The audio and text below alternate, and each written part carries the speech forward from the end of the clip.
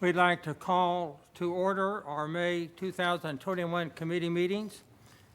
Before we begin, I would like to remind those who are going to be addressing the commission, please address the items that are on the agenda only of each committee.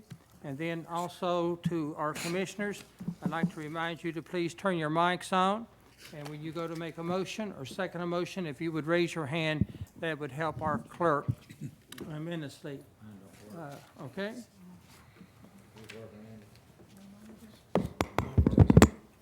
What? The mic's not working, mine are in. They'll be trying to tell you something. We don't want to hear y'all. You got a lot of So talking. the mics are not working? Mine is.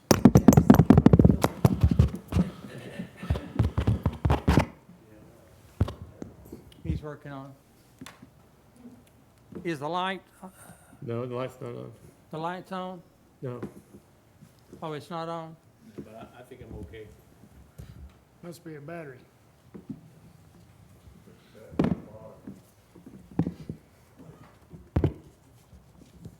Can you borrow Jeff's during your committee?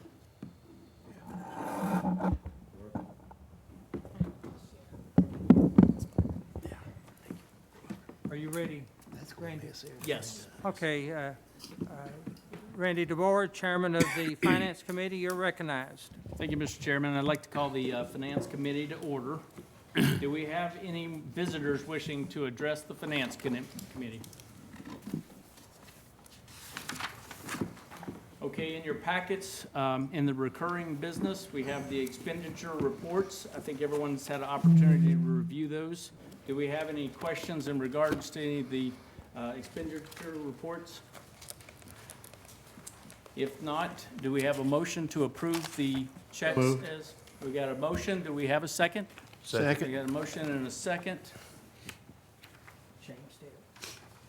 Do we have any further discussion? If not, all in favor, let it be known by saying aye. Aye. Any opposition? Motion carries. In new business, on 4A for the year 21 Homeland Security Grant, Mayor Britton. In your packet is a resolution, well, actually, it's a memo from Chris Bell, our Emergency Management Agency Director, asking for permission to apply for the fiscal year 21 Homeland Security Grant for a total of $21,525. Do we have a motion to approve? Motion. We got a motion. Do we have a second? We got a second, Mr. Huntsman? Okay. Any further discussion? If not, all in favor, let it be known by saying aye. Aye. Any opposition? Motion carries. Add 4B, bid tabulation on the rugged notebook computers for HCSO. Mayor Britton. This is a bid for what we call the MDTs, the mobile data terminals, which are the computers, laptops in the patrol cars and that the Sheriff's Department uses. And the Sheriff's Department has funding through grant money and money in their budget to purchase 35 MDTs. And 7 of them will be from grant funds, 2 from mental health. There'll be 7 that'll be from one grant, 2 from a mental health grant, and 1 from another federal grant. The rest will be from county funds. But the low bid is American Barcode at $1,458.90. These laptops aren't your everyday laptop. They're the rugged laptop that can be thrown against the wall and survive. So, and that's what's mounted in the patrol cars. Is there a particular reason why the sheriff doesn't take this out of his budget? I know he's using some grant money, but we still have to supply the rest of it. Is this coming out of his budget? There's 35 of them that'll be paid out of his budget. What's going on with the ones they have now? Are they gone bad or? The computers we have now, they're around 6 or so years old. Most of the systems are running on the Windows 7 operating system, which that operating system is no longer supported.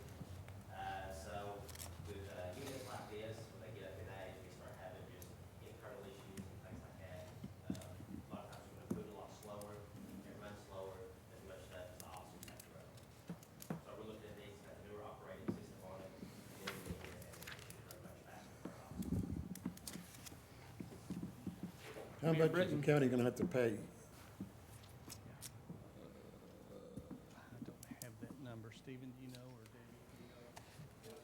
amount of it was like 51,000, because the grant money came out of it, but we are paying for the part, it's coming out of the sheriff's budget this year. What is not, the whole amount's coming out of the sheriff's office, and the grant money will be going back into the general fund when they have it. Do we have a motion to approve? So moved. Got a motion? Do we have a second? I'll second it. Eileen Arnwine?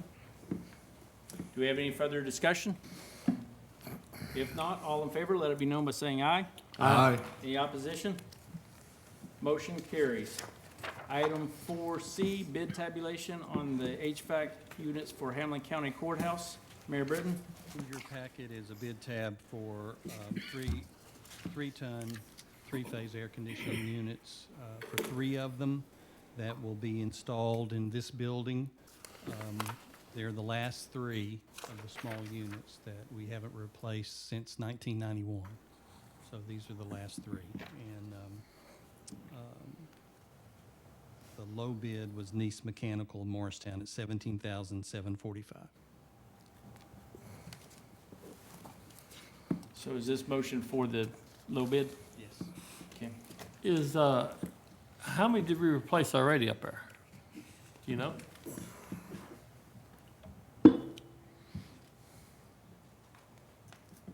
Eight of them that we've already changed out, Yeah, we've done that within the last couple of years, did we not? last 3 years. 3 years? This will be the third. And this will be the final ones, correct? And the smaller ones, How's the big one? we'll have some big rooftops that we'll work on later.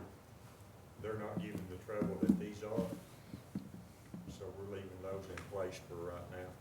Okay. The rooftops over Over Kathy Terry's office and the other small courtroom.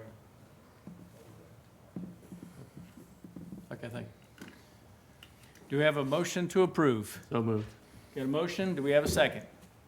Second. Got a motion and a second. Any discussion? If not, all in favor, let it be known by saying aye. Aye. Aye. Opposition? Motion carries.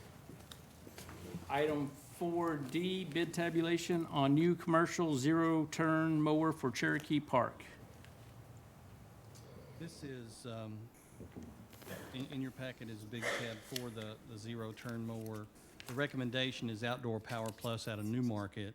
It's not the low bid, but the low bid came out of Kansas, and they don't have any local service anywhere we can take it and for it to be serviced. So the recommendation is Outdoor Power Plus out of Newmarket for $14,248.87.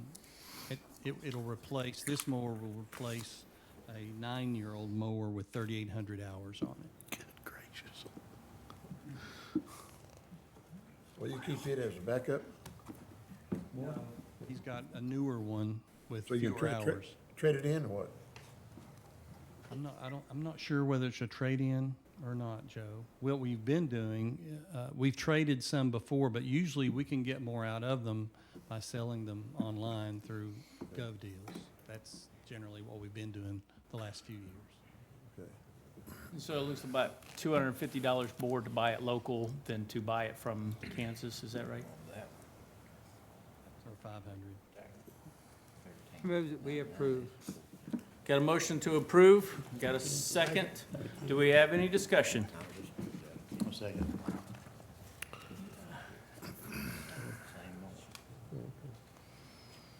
Any discussion? If not, all in favor, let it be known by saying aye. Aye. Any opposition, like sign? Motion carries. Item 4E, Resolution 21, a resolution of the County Commission of Hamlin County authorizing Walmart Foundation community grant application for Hamlin County Sheriff's Department.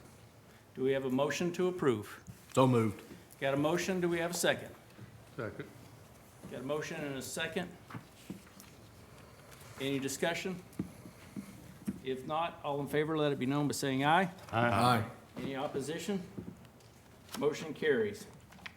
Item 4F, Resolution 21, then resolution of the County Commission of Hamilton County, Tennessee, authorizing a 2021 Bulletproof Vest Grant application. Mayor Bredden? This is a 50/50 grant, a federal grant for purchase of 3 bulletproof vests.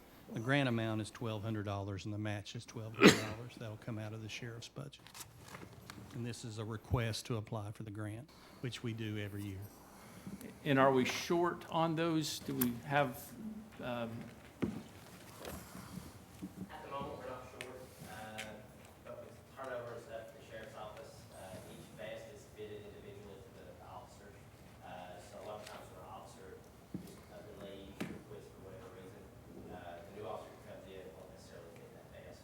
So we've got to put in for a purchase order for a new vest, and maybe it's faster. Did we not just buy a bunch of vests? We did, yes. How long ago?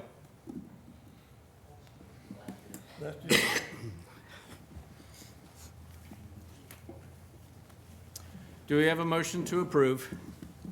So moved. Got a motion? Do we have a second? I'll second. Eileen Arnoy? Any discussion? I want to ask a question. It's since you got the ones we did there a year ago, best I remember, we had enough to take care of everything you needed. And now all of a sudden you need 3 more, is that correct? No, we do not need 3 more at the moment. This is just what we put in for every year. And it's not going to be a purchase upfront. It's going to be if something happens, somebody leaves, they come in, then we've got to put in for a purchase order for a new vest. Because when somebody leaves, the vest they have won't fit that new officer that's coming in. Really? Yes. I think what You and I would Sheriff's want Department's trying to do is be prepared Yeah. next fiscal Yeah. year if there's turnover. And so the money's in their operating budget for next year, then they'll, to have the grant money available. It's a reimbursement grant where we spend the money, we get the vest, and then we ask for reimbursement. So this request is in preparation for next year. Do we have a motion? So moved. Motion, have a second? So we've already had that, I haven't we? already did that. Okay, sorry, apologize.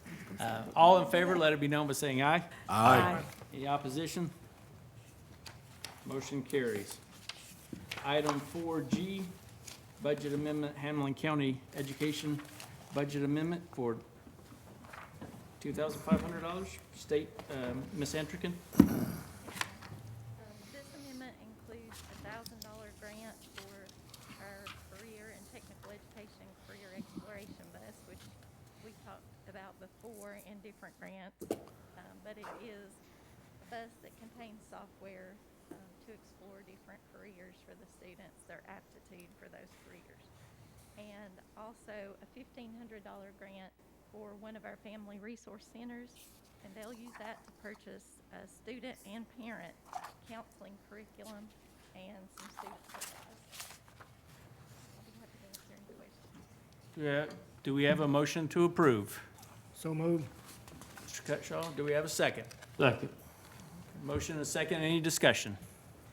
If not, all in favor, let it be known by saying aye. Aye. Opposition, like sign. Motion carries. Thank you.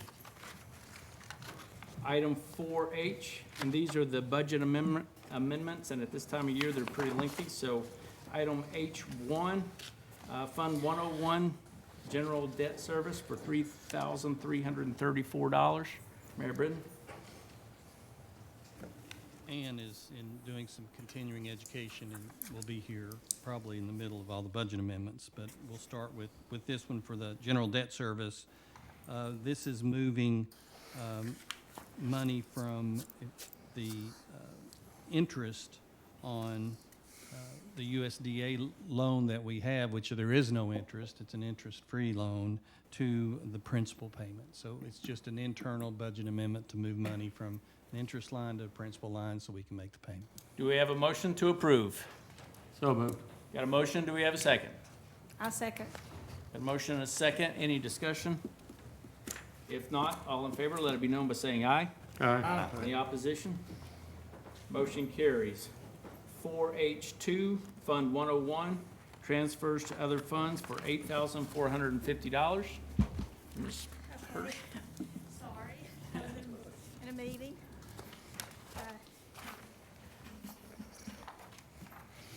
This one has to do with a grant that we received. And when we, initially got, I was trying to go up the stairs fast, but I'm so sorry for, but anyway. Take your We time. got this money to do the stairs, safety project money. It was originally deposited in Fund 101. We wanted to complete the project, out of Fund 171, other general capital projects. This is just moving the money. Do we have a motion to approve? So moved. Got a motion? Second. Second? Any discussion? If not, all in favor, let it be known by saying aye. Aye. Motion carries.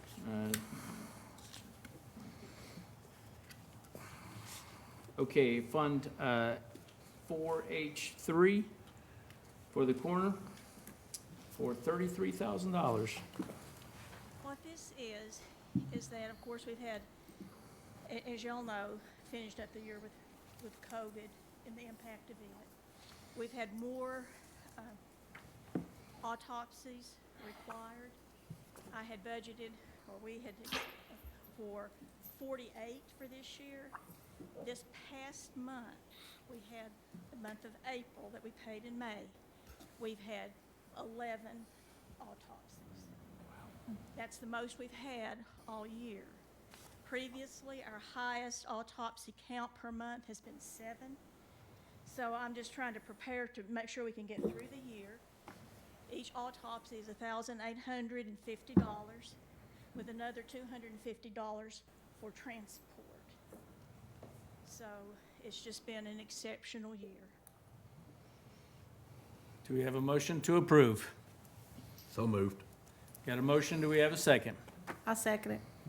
Motion and a second, any discussion? If not, all in favor, let it be known by saying aye. Aye. Any opposition? Motion carries.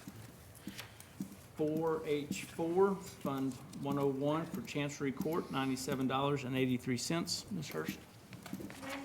As the explanation here, it's very straightforward. They made a United, or a UPS payment, it got a refund, and this just puts it back in their postage fee. Do we have a motion to approve? So moved. Got a second? Got a second. Joe Huntsman? Any discussion? If not, all in favor, let it be known by saying aye. Aye. Any opposition? Motion carries. Item 4H5, Fund 101 for Work Release Program, $30. Ms. Hurst? This is just housekeeping. At the end of the year, it looks like we need $30 in that particular line item. There was just, in trying to figure out the initial pay, the holiday pay, and this mid-year COLA, and just trying to get things in order here in budget. Do we have a motion to approve? Joe Huntsman, do we have a second? Second. Any discussion? If not, all in favor, let it be known by saying aye. Aye. Any opposition? Motion carries. Item 4H6 for the jail for $200. This is the same type of entry, just some housekeeping here at the end of the year. Again, this is a line item that, we had to set the initial salary, a mid-year COLA, as well as holiday pays involved, and it wasn't just a COLA, it was an adjustment. It's just trying to get it right. And as you know, anything to do with a direct salary line item has to be brought to the commission, even if it's $30 or $200. Do we have a motion? So moved. A motion, we got a second? Second. Chris? Any discussion? If not, all in favor, let it be known by saying aye. Aye. Any opposition? Motion carries. 4H7, Fund 101 for the juvenile courts, $10,310. Now, as you can see, I'm going to say this does not affect the payment of the director. However, we've had 2 retirements this year, and this covers the overlapping period for training. to move these, and for the folks to shift their positions relative to the retirement. Do we have a motion to approve? So moved. Got a motion, do we have a second? Second. Motion and a second, any discussion? If not, all in favor, let it be known by saying aye. Aye. Any opposition? Motion carries. Item 4H8, Fund 101 for rabies and animal control for $30. Ms. Hurst? Same thing, just trying to take care of the small housekeeping items as they've been found here at the end of the year. Do we have a motion to approve? Motion for Mr. Huntsman, do we have a second? Second. Second, Mr. Goins. Any discussion? If not, all in favor, let it be known by saying aye. Aye. Any opposition? Motion carries. Item 4H9, Fund 101, Parks and Fair Boards for $570. Same type of situation, as most of you I think are aware, we had a retirement of a long-term employee out of recreation. That person was replaced. There was a change in insurance, and so some of those line items needed to be adjusted. Do we have a motion to approve? So moved. Got a motion? Do we have a second? Second. Got a second, Mr. Doty? Any discussion? If not, discussion. Seeing none, all in favor, let it be known by saying aye. Aye. Any opposition? Motion carries. Item 4H10, capital projects for $45,000. Well, this is a little more, substantial item. As you might remember, earlier in the year, we received a mental health transport grant that was right at $104,000, and y'all approved a vehicle from that. Now we're also getting more information that says we need to expend the remainder of those funds this year, and this is for another transport vehicle, another Durango. And I came in so quickly, I didn't see it. Sergeant Haig is here. If you want to ask any questions about transport, mileage, how the first vehicle was used, he's here to answer all those questions, so you feel like you have all the information that you would need. But this would use up, if we don't use the money from the grant for the approved purposes, they said they will have to take it back. So this is just a situation where if y'all see fit to approve this vehicle, this means the money will stay in the county. So we received $104,000 and we purchased one vehicle, and if we don't use the remainder, it goes back. So the new vehicle will be used in this capacity for. Exactly. And it's to be used for the same approved, and we keep track of trips, mileage, time on all the transports. Is there an actual need for a second vehicle?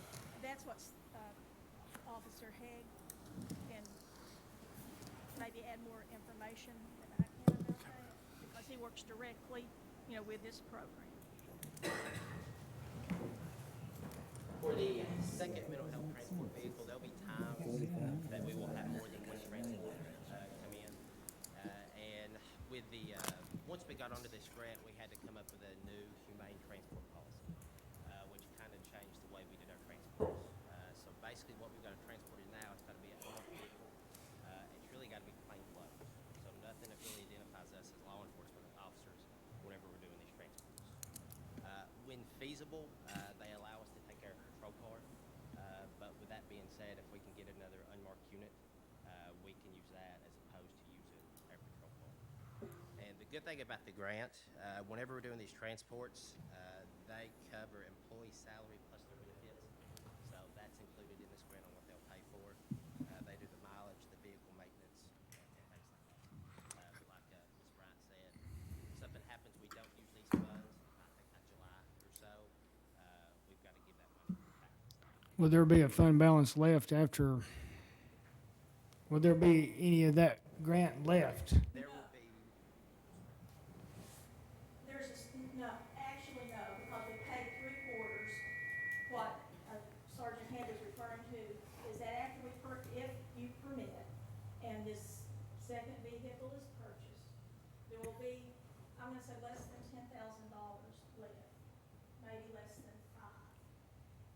we can use for third quarter reimbursement for if there's any additional uniforms that are purchased, and for the mileage and the time on the transport. Okay.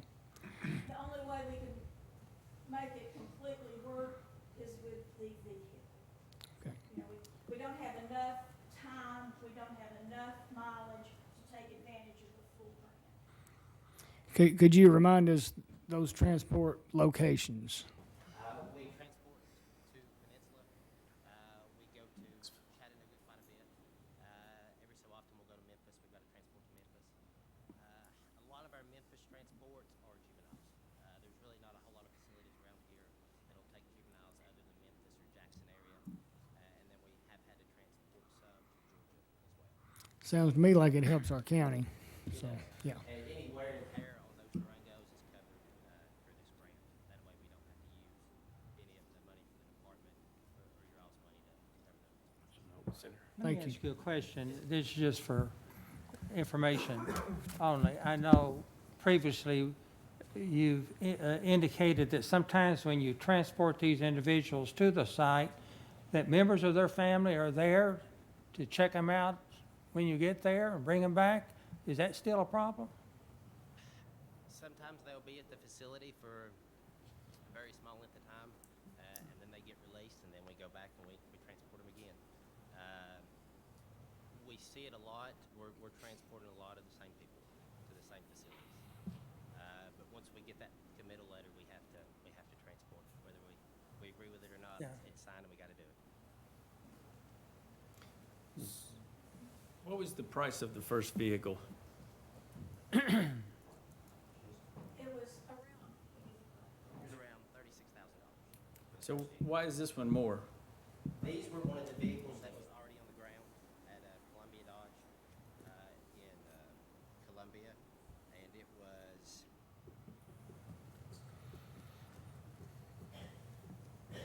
this might have been one of their pursuit rated vehicles. I'd have to double check to tell you correctly on that, but that could be the reason for the upcharge in pricing.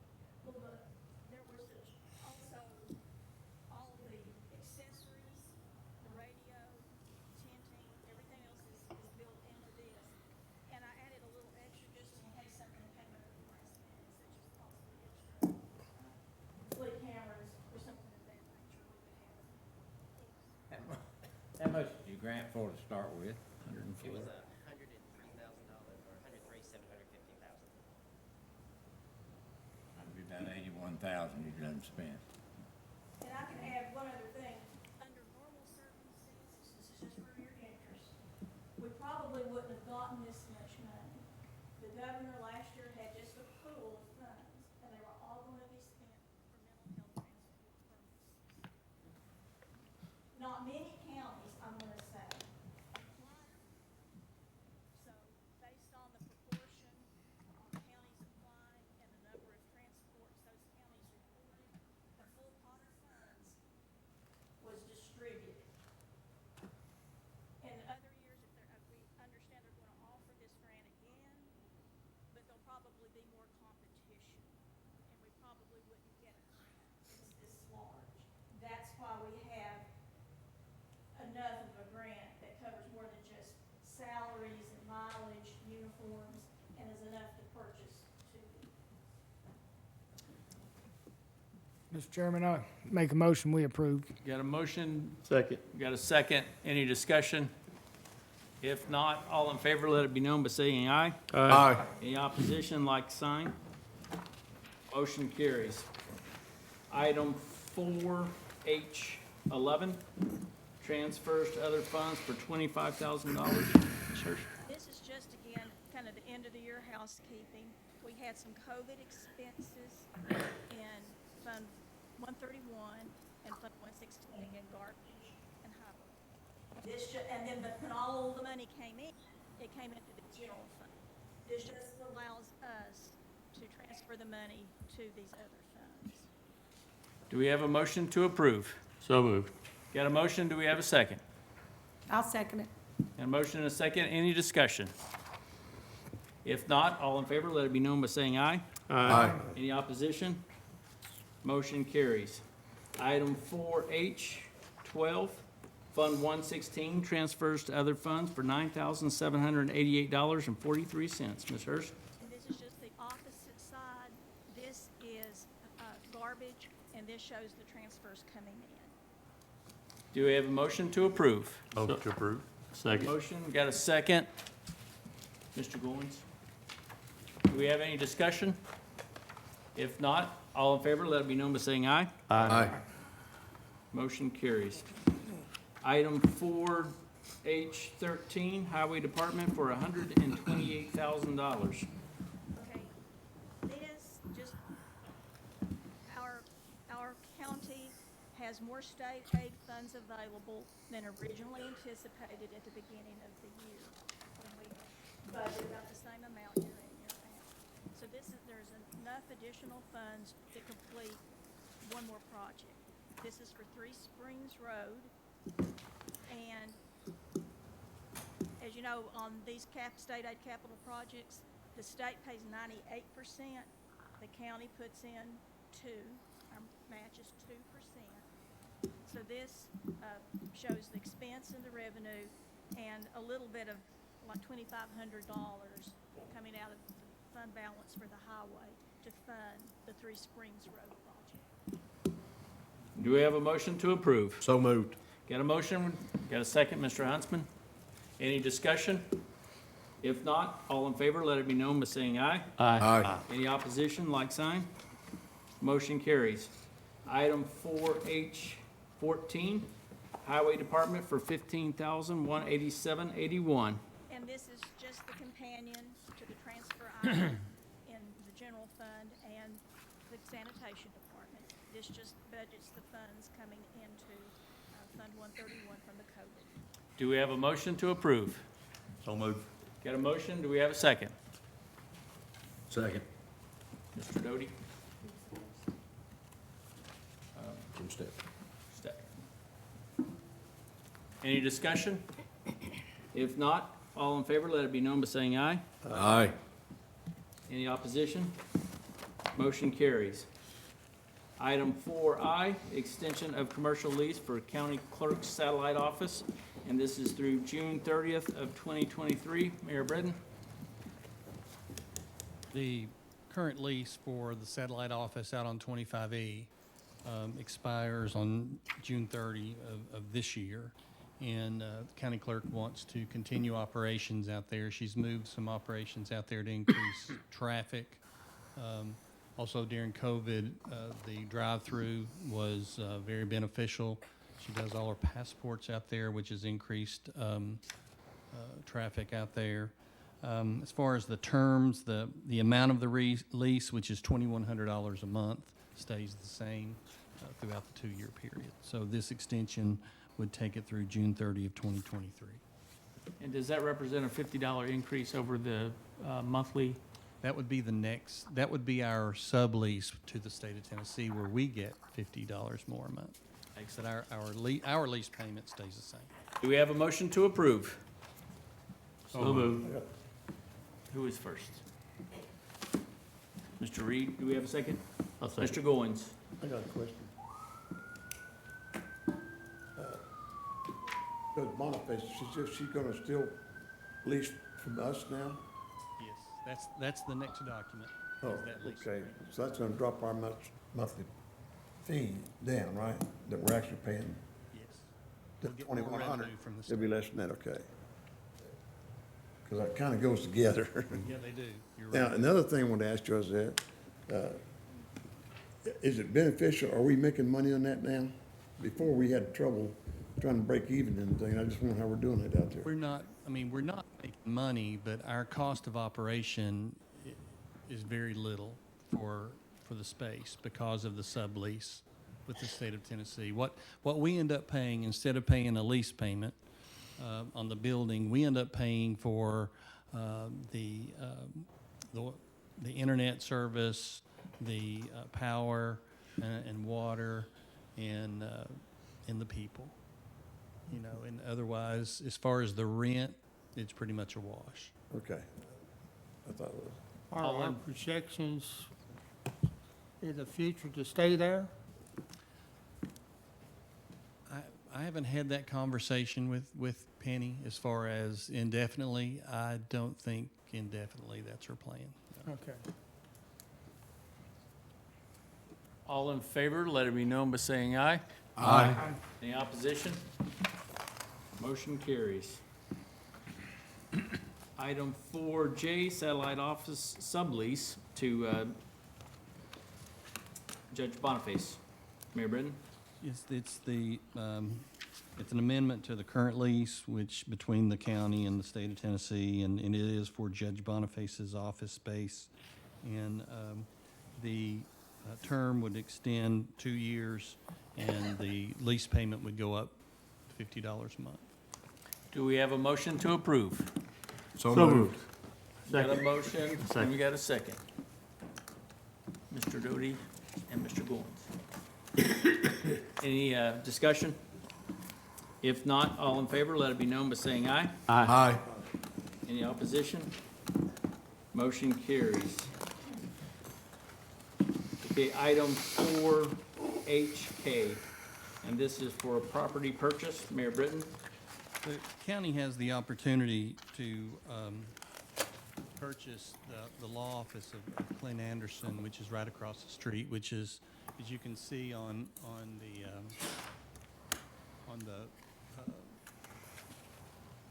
the visual, that is the last piece of property that we don't own on that block. And Mr. Anderson is going to phase out of his law practice in the next 2 to 3 years. We had an appraisal done on the property. He's agreed to accept $160,000 for the purchase of the property. But the but in here is he wants to stay rent-free for up to 3 years. So, in talking to county attorney today, what I'd like for us to consider is an option to purchase. And then when he is ready, a three-year term for an option to purchase, and when he's ready to leave, then he can execute that. Or if we have a 24-month provision, after 24 months, we can execute it and purchase it. But it'd be a three-year period, 3-year document. That way, we're not spending our money and waiting on him to leave. And but we know we have a contractual arrangement with him. We know what we would pay for it, and we know the timeline. And, Mayor, yes. that timeline, I mean, of course, the contract would state 160, and it would. Correct. Okay. Do we, can you share with us the appraisal value? 55. 165. Okay, thank you. Do we have a motion to approve? So moved. We're voting on what now? On the- It would be Your recommendation here is the purchase. right, and Now you've it's- changed that it's changed recommendation. that, yeah. But, to- Which you can think about it, and we can address it next month if you want. I have not talked to him about an option yet. I tried to think reach we him need to- today, and I could not. Table. Do we have a motion? No. I move that we purchase. Move you Go ahead and purchase it now, because there are people who, once they find out that building's for sale, there are other lawyers that's Not gonna if be interested in not if it. it's under a contract, though. Huh? Not if we have it under a contract. Well, That's right. I don't have a contracts problem can be, purchasing it now. but- contracts can be broken.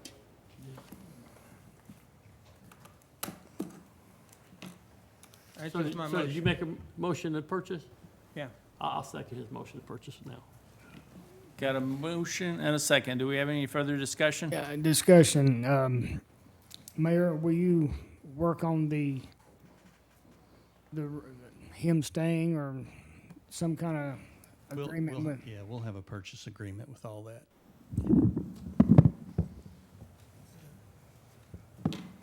Any further discussion? Do we need to have a contract and have him sign it so that we've got something officially that Yes. regardless what it is, we know we got it? Who pays the closing? Who pays the closing on this? We'll pay for the deed preparation. We've already paid for the appraisal. Other than that, he'll pay a prorated of the taxes, and then we'll pay a few $100s for the closing. Mayor, who will be responsible for the upkeep on the building during the time he's staying there? And the, He will, according to, he will? Yeah, he said he would keep it up, but also in the agreement, I would ask that we have an inspection right. So how can we do this? I agree with Howard's assumption, go ahead and purchase. However, you know, I don't want to leave us open to, like Mr. Doty just said, for maintenance issues or whatever, and I want us to lock this down, but yet not leave ourselves vulnerable. In the purchase agreement, we'll have provisions, and, I mean, we'll specifically talk about the roof and the HVAC, because those are the high-dollar maintenance items. And he said he would keep the building up, and so we'll put that in the purchase agreement. Was he still gonna rent it free rent for the 3 years? That's what he requested. and you're going to bring that purchase agreement to us for approval. I'll bring it back next. Okay, thank you. All in favor, let it be known by saying aye. Aye. Any opposition? Motion carries. That's all I have, Mr. Chairman. Thank you, Chairman. The board, at this time, Chairman, the board of the Personnel Committee, you're recognized. I'd like to call the Personnel Committee to order. Do we have any visitors wishing to address the committee? In old business, we have none. In new business, we've got a revision to the employee handbook. Mayor Britton?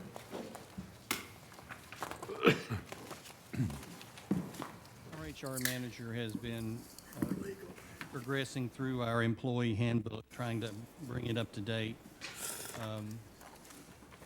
And so what we're proposing are a few changes and additions to the handbook. The first part is we have a smoke-free workplace policy. It's just add vaping to that, and electronic cigarettes, add that to the policy. That's the first part. The second part, the whistleblower protection policy, that's required by some grants, especially federal grants or federal money flowing through the state. And so we want to add that. We do not have a whistleblower protection policy in our handbook. Next, 1.10 is abusive conduct prevention policy. That's under state law. That was passed a few years ago, and so we need to add that to our policy. It just talks about the type of behavior that is not permissible, not condoned, and what we need to do to avoid having a hostile workplace environment.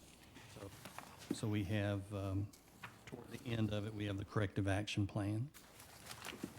And then the last part of it is, deals with personal information, PII, and how we store it, whether it be electronic or hard copy.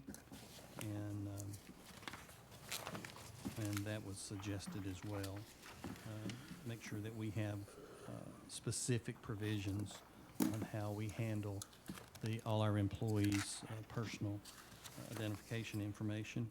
And then lastly, we have just a provision, and this was suggested by some of the regulators of some of our grants, a specific provision that we ask employees to follow the state's safe driving law and no texting and driving law. And that's in that last section. So everything in red is new to our policy. Do we have a motion to approve? Motion. Second. And a second, Mr. Hahn? Any discussion? Mayor, has anyone with employee law looked at this? Are we pretty good with the changes? We had, part of it was recommended by Larry Russell, who does our pay plan, is an HR director in Sevier County. We got some of the verbiage from him. We've had the county attorney review it all.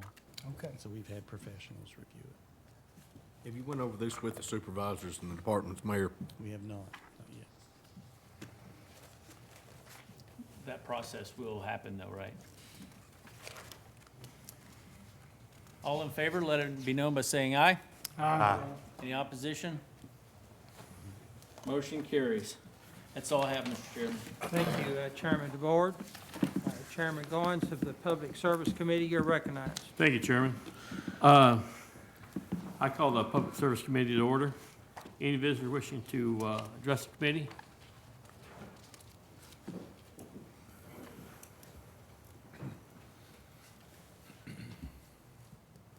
Good afternoon, ladies and gentlemen. Now, I'm understanding that the beer permit item is up for discussion this evening. What I would like to have an answer to as to why you all voted no to begin. Point of order, Chairman, point of order. Need her name and address, please. Oh, sorry. Elizabeth Brotherton, 339 Macedonia Road. Thanks. So I'm looking at this Tribune article, and it says that the county attorney said that it was unlikely to stand up in court for a denial.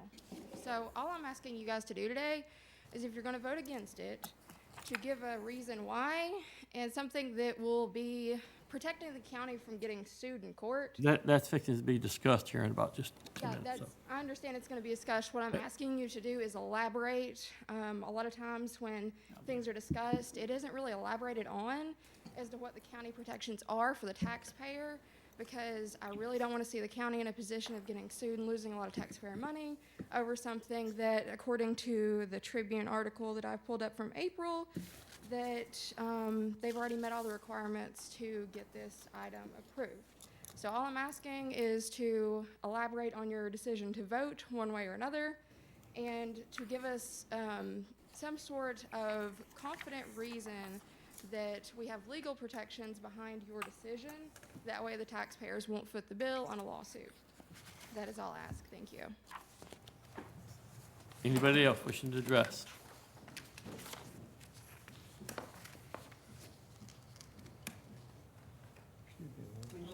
8150 Westport Drive. I addressed this at your first meeting. I got hit by a drunk driver. My nose broke, my eye hurt. Just going out for a milkshake. I don't condone beer, I don't condone whiskey. But I know they have a right to sell it. And it's county commission's fault that they do. Because you really don't know the law. You just think you do. And, you know, we can sell beer on every corner in Hamlin County, but we can't even clean our county up. That's what makes me sick. They hurt people's property values and don't even care. People that have worked hard. But you'll pass a beer permit and let beer be on every corner. I'm not judging the people that sell it. I wouldn't sell it if it was me. But that's them. They have their rights just like I have mine, standing up here tonight. I have my rights on my property value, which nobody in county commission ever cared about and still don't care about. And I don't appreciate it. I'm a law-abiding citizen, never been in jail, never broke the law, except maybe for speeding sometime. Paid my taxes, tried to be good, and the ends have never given me nothing but landfills, junkyards, and stuff that I didn't want. Hurt the value of my property that my mom and daddy had to go up north and work for because they couldn't get a job down here. And I don't appreciate it.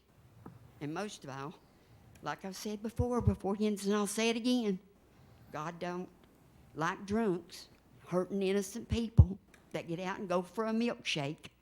So vengeance is mine, thus saith the Lord. Gwen can't repay it, but God can. Thank you. Anybody else wishing to address the committee? There are, but Elwood Road, Morristown. If I'm correct, Mr. Goins, this is like the third time this beer permit issues came up. I've heard a lot of discussion from all of you You know, well, I'm tired of seeing beer sold on every corner, some people religious reasons. I myself was raised Pentecostal, which is, there's no alcohol allowed. But I had made the comment that if I was sitting over in one of y'all's seats, it's not my job to push my personal views and religious beliefs. I'm here to vote according to what the people want. If I don't agree with alcohol, I have to do it in my personal life, not as a commissioner. So this man has met the legal requirements of having the permit. This store already sells beer. It's just going to be changed to another name because there's going to be another store owner. The county's going to get sued, and we're going to end up footing the bill if we don't give him his permit. He's met the legal requirements. Give it to him, let him sell his beer. Thank you.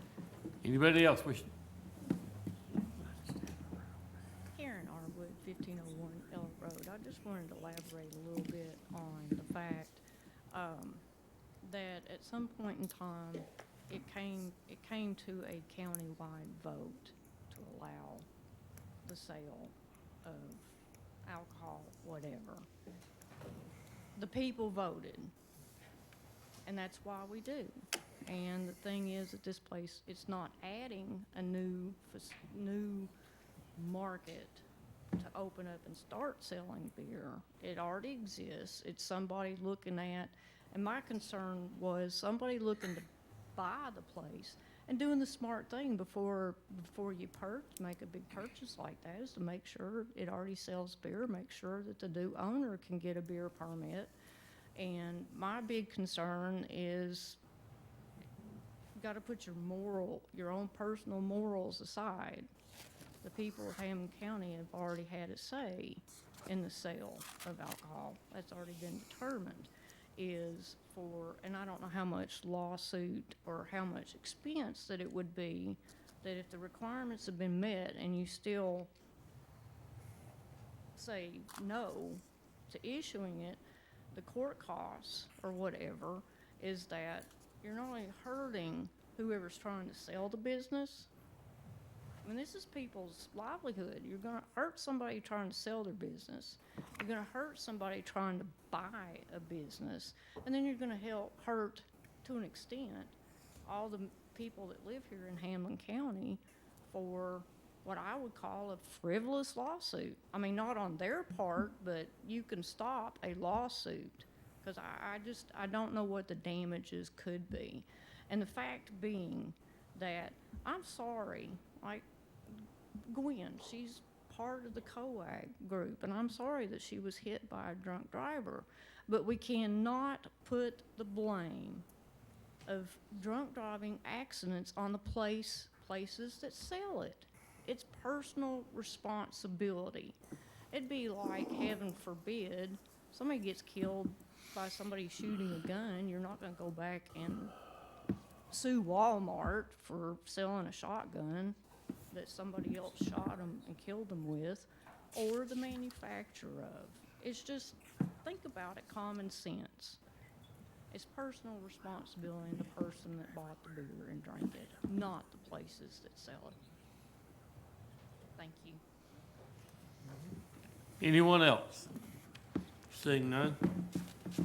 No old business, new business. Surplus item for the community service work program. Mayor Bell. We've got 3 sport buses that we've used for our intensive community service program or community corrections program. And that's the program out of Sessions Court where defendants have the choice to either go pick up trash or go to jail. And so this is a program that Don Baird administers. We have, we bought a Suburban, a used Suburban earlier this year to pull a trailer, and that's what they're using now. So we can sell 2 of these buses and put the money back into the general fund. So we're just asking that these 2 buses be declared surplus property. One of them is a yellow bus that was donated to us by the Board of Education, and the other was a white bus that we bought from Carter County for $500. few years ago, so we've gotten our money's worth out of these buses. They're not usable now? No, they're usable. We've got another one. We've got 3. We're keeping 1. So we're only selling 2? We're selling 2. Do I have a motion? Motion. Motion? Second. Second, Tim Warner. Any discussion? All in favor, make a motion by saying aye. Aye. All opposed? Motion passes. 4A, beer permit, discussion only. There will not be a vote on this. This is for discussion only. Beer permit discussion with Kennedy Market and Deli. Chairman, I'm sorry. I want to clarify for our public, because I'm partially responsible for pushing for this permit not to be passed. Mr., what's his name, Patel? Mr. Patel wasn't here at the meeting, and it wasn't although I'm a non-drinker, I don't now, but he wasn't here, and so I took the stance that if he wasn't here, he wasn't interested, so I voted no, and some others followed that without realizing that we really couldn't do that without a lawsuit. So in retrospect, my vote would have been yes because of that reason, whether I agreed or not. So I'll take blame for that, and we've been corrected. We stand corrected. And so our discussion tonight will be on those. But I just want to clarify that the main culprit is myself. So if you want to blame someone, blame me. But I didn't understand everything at that time. I thought we kind of says, why do you have a beer board, if you can't vote no? But we can't, so now I know, and as we go forward, I'm 63 years old. I learn things new all the time. And so bear with me on that. I apologize for the But confusion. there's also some other reasons also. Now, there was an issue with Right. The the sale of open beer. Yes. But On we've- premises. We've been corrected again, that, that's legal. Awesome. We do have the owners here, don't we? This is Tom. Do you have any questions you want to ask him? Yes, I do. If- Okay. Okay, who is currently the owner of this business? It's Rahul Kumar Patel. Okay, so why is the application for the license under a different name? He's going to buy Pulkit Kumar Patel. He's going to buy. Okay, and so that was my concern. It says beer permits are issued to the owner of the business or other entities responsible for the premises for which the permit is sought. So my question is more a procedural question. Why are we allowing someone to get a beer permit before they have ownership of a business? It also states that if a permit has to be turned in, it's to be turned in before the person selling the business has. No, we are going to take over that business on 20th May. I understand that now, based on what I've been told today. But on your application, it says that Pulkit Kumar Patel is the owner. Yeah, he is the owner. Now, which one is the owner? It's either one or the other, it's not both. Yeah, he's on vacation right now, so I just come from him. He owns it now. No, he's not on now. He's going to on 20th May. Yes, okay. So he's applied for a beer permit on a business he does not own. Is that correct? Yeah. Yeah, okay. So to me, procedurally, that's not the right order to have the structure go in. And how can you have a permit for something you don't own? And that was my entire premise on this whole structure.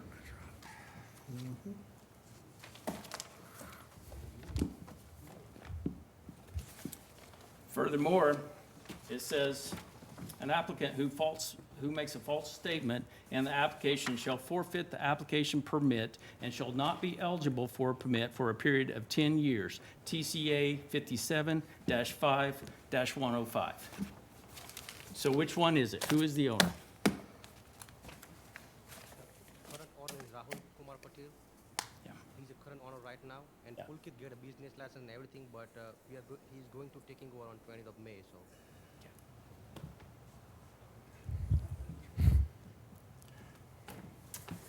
Does anyone else see what I struggle with? I do. Yes. I agree with you. Randy, I think you made a good point there too. And, Yeah, after the fact. you know, one of the problems is, the state, you're right. You know, if everything's legal, regardless how we vote, the state's gonna take and give you a permit. We don't have much choice in that fact.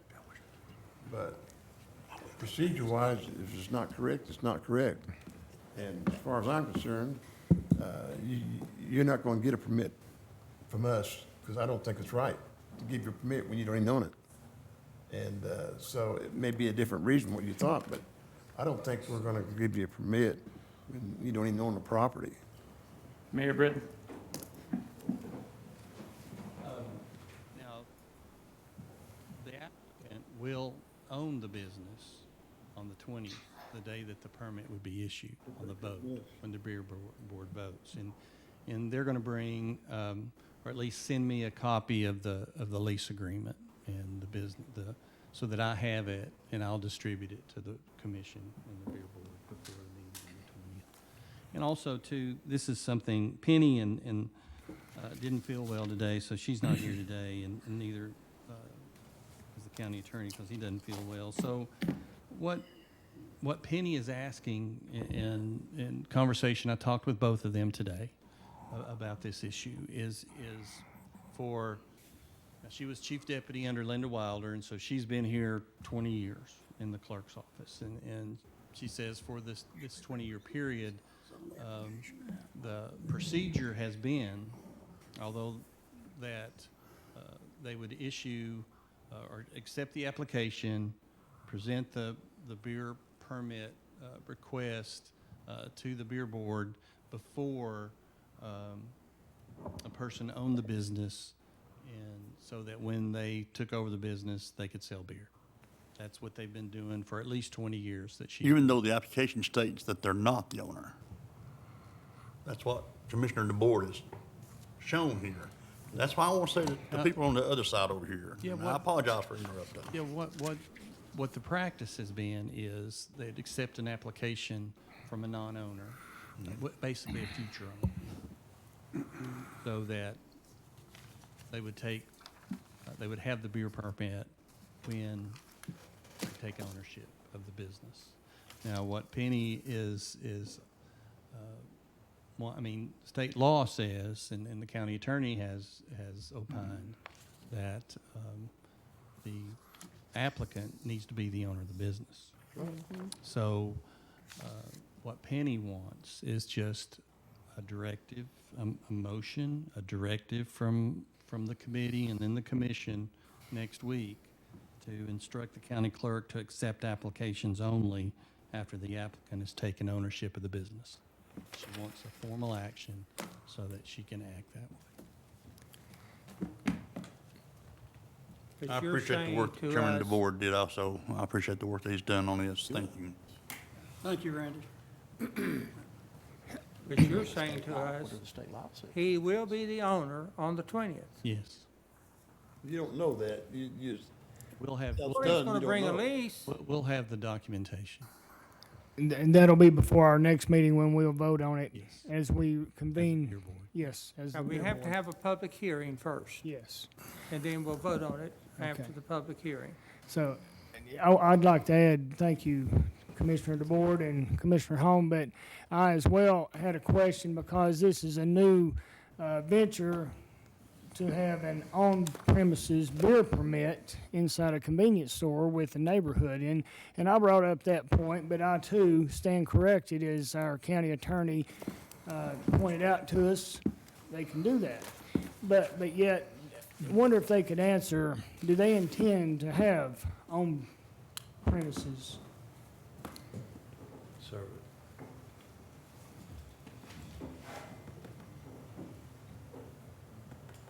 I mean, it has no reflection whether it's legal or not. It's legal, but We'd like to apply just for permit.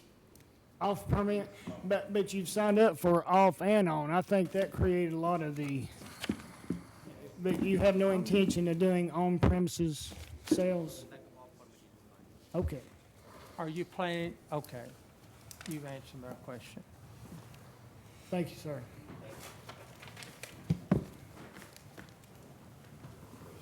Go ahead. We appreciate you all coming tonight. When this beer thing started several years ago, if you don't drink beer and don't like beer, you vote no. But now you're telling us that the state can take us to court and he'll get his license. Why not just open it up? Why even vote on the thing? If that's the case. Because we need to do the background checks and make sure everything's legal. If something wasn't legal, that's when we can stop them. I think the reason they use county commission is for the public hearing, just to get input, but I agree with you. The state's the one that's passing all the laws, they ought to be doing it, but they pass it on to us. But we have to, if we're against it, you gotta vote for it. If you don't, the state's gonna sue you. Why can't you form a small beer board, 4 or 5 people on it, and let them make a decision? I hate to sit here and, if I'm against it, I hate to say, well, I'm against it, but if I don't vote for it, the state's gonna take us to court. Right. That's ridiculous. Why even vote on it? That is an option, but we have to pay that board. Well, it might not. You might get them free. You might, but You might. It's why I think it's worth the option to ask. Yes. Anybody else, any questions, any comments? Did we have a motion on Penny's request, or do you want to make that statement? I think it's in County discussion. Director? We can make a motion on that. I think it would be appropriate, yeah. I think so. Bill, can you restate that?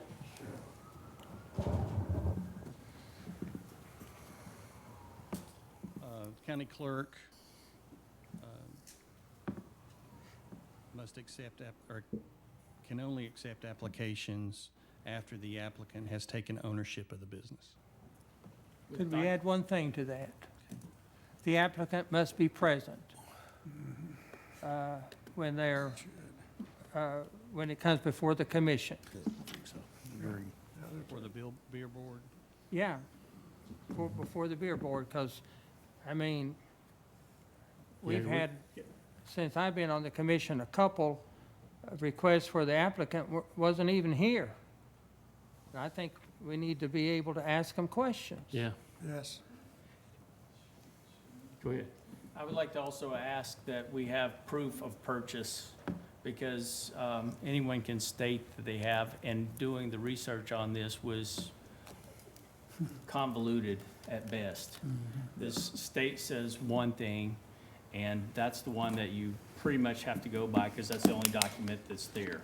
If they could bring a copy of the buy-sell agreement or something to state that it was done, we wouldn't have that same problem again moving forward. So, Do you want to bring it to us, or do you want to bring it to Penny for proof before she because sends the it to us? I would submit it with the application.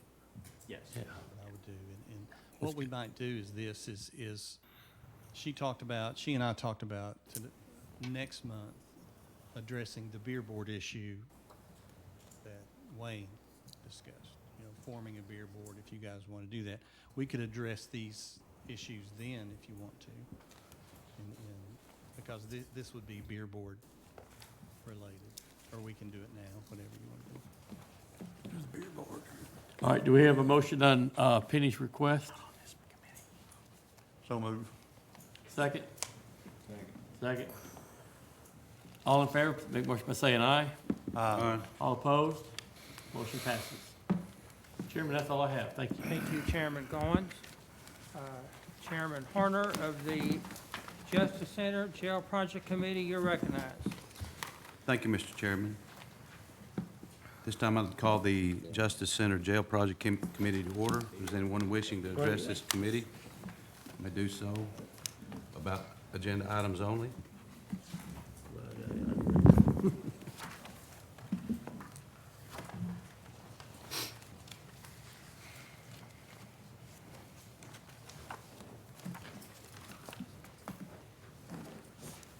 Good evening. My name is Chris Black. I reside at 7335 Evelyn Circle in Talbot in the 13th District. Addressing the matter of the, I guess, the project, if you will, you're supposed to get an update tonight. And I guess this is agenda item relevant. I went into the June 2017 report that was given to you guys by Mosley Architects. And one of the issues that I found was within the space needs assessment. I found that many fields are left blank by the respondents, those being county officials. Beyond that, other fields were provided with generalized answers, leading and fostering substantial ambiguity. One response provided by Teresa West really piqued my interest. It was related to file storage on the question of, do you expect that over time using document imaging to store electronic files in a centralized database can reduce the number of hard copy files that you now have or would otherwise accumulate? On page 264 of that report, she answered no unless the Tennessee Code annotated changes the law. Why is the clerk's office not pursuing digitization as a means of reducing the space necessary to store files? Now, you guys are very familiar. Everyone is concerned about the price of this project, as they do have a right to be concerned on that. And they're concerned about what they're calling the Taj Mahal, the great behemoth that's going to be built a few blocks over. And again, legitimate concerns, but I feel as though we need to be looking for ways to reduce space, therefore reducing the amount of money that we're spending on this project, if at all possible.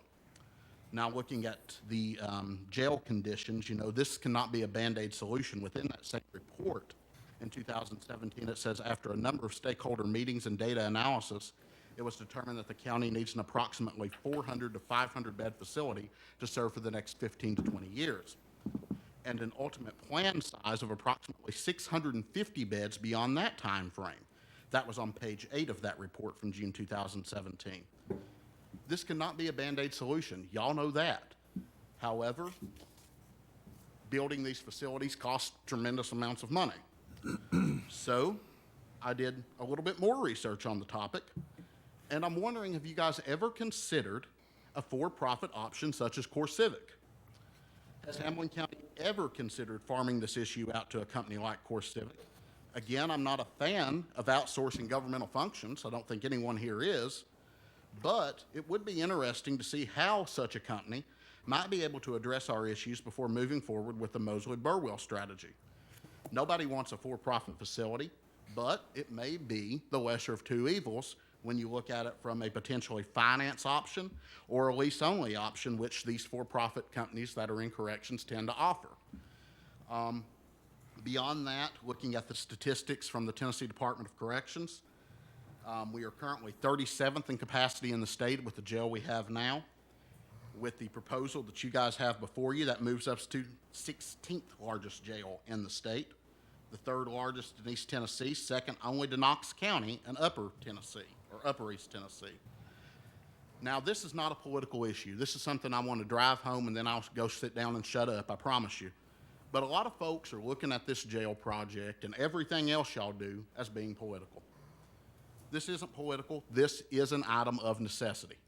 And after speaking with Mayor Britton last week, it only drove that point home to me. I don't like an $88 million jail. Y'all don't like an $88 million jail. If you did, y'all would have already decided to move forward with that rather than looking for better bids. However, as a community, we've got to find a way to emerge from this. This is a necessity. We've got to get a jail that is accredited by the Corrections Institute. And just to put it quite bluntly, the more that we sit around bickering on Facebook about this issue or in the newspaper about this issue or on the commission between members of the commission on this issue, the worse this becomes. We have to do something. Now is the time to act. Let's get it together. Let's do something that can really make this county proud of, regardless of what the cost is. Thank you. Thank you. Thank you. Anyone else wish to address?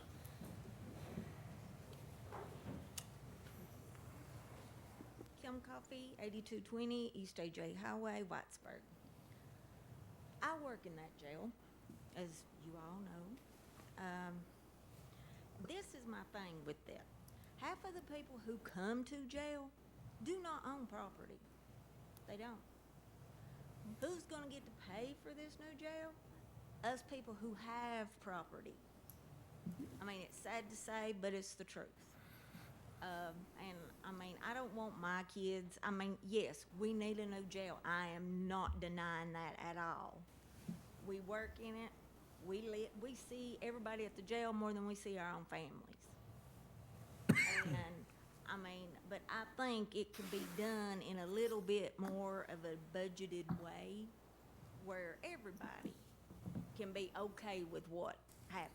You know, like if we could spread the, you know, the fees around for everybody, not just us who own the property. I mean, because really that's not fair to us. I mean, whatever y'all decide on, whatever jail design or whatever.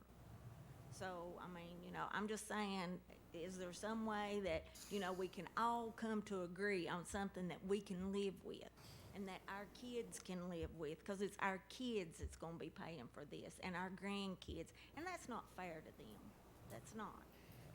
So, I mean, I'm just asking, yes, we need a new jail. Do we need one like that? No. And like for the storage situation of files and all, well, once we're out of it and move to a new jail, I mean, they're gonna take the showers and everything out. The mold and stuff will be gone. There will be all kinds of storage for everybody to put stuff away. I mean, it may not be perfect, but use what we can use, get new what we gotta get new, not what we would like to get new. Thank you. Anyone else wish to address?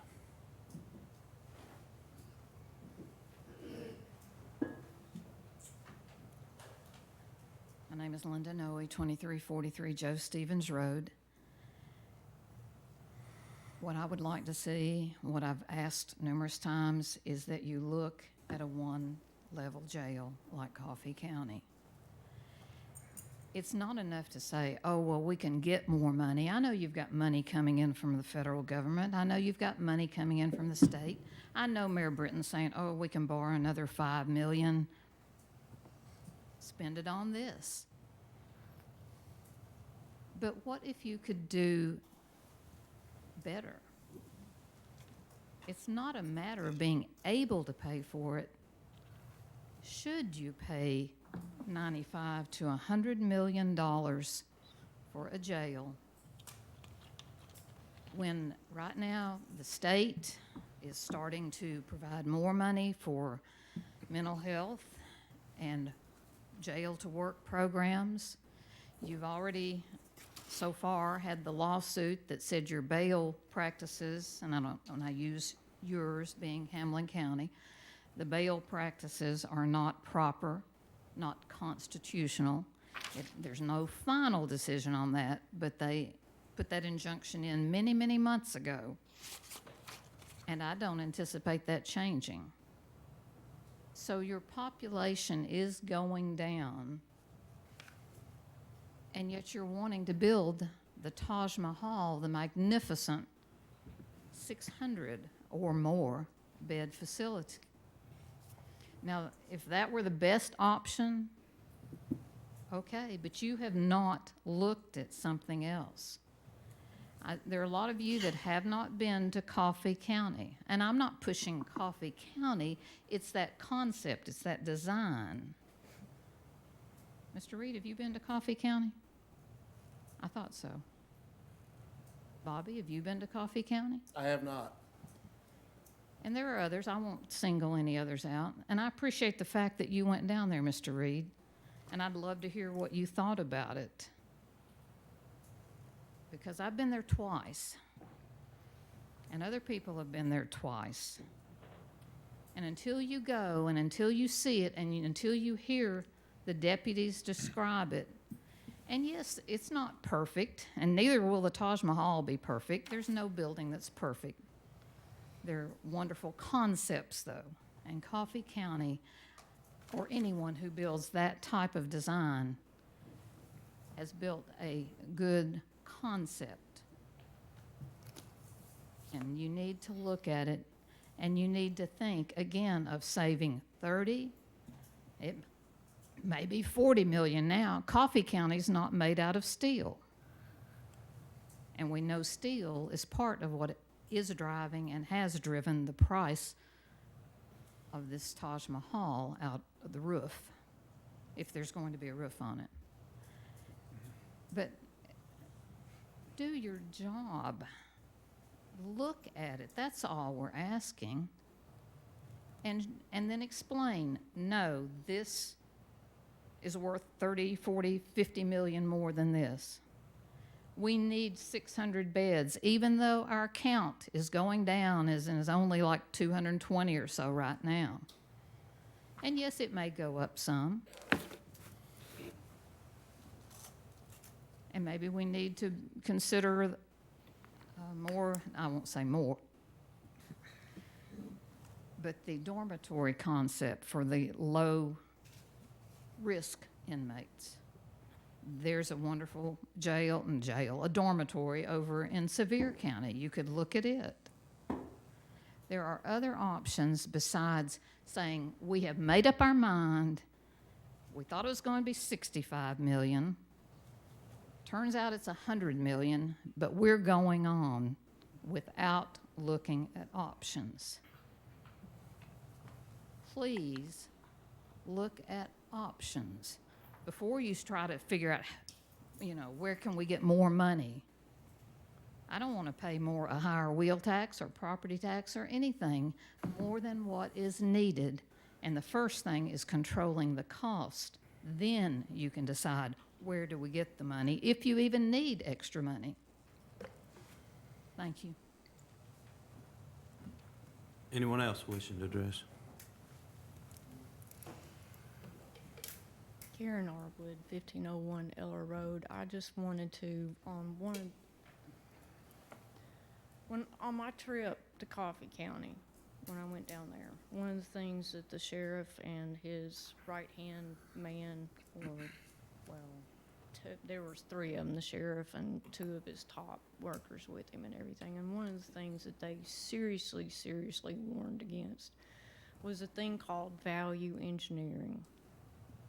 Well, to my surprise, at the last meeting for the county commission, when the bids were released and higher than expected, and kind of scrambling or discussion of what can we do, I have to say that my ears definitely perked up, and I could not sit here and tell you right off the bat if it was association with Burwell or if it was associated with Mosley, when they out and out addressed you guys and said, well, we could start looking into some value engineering.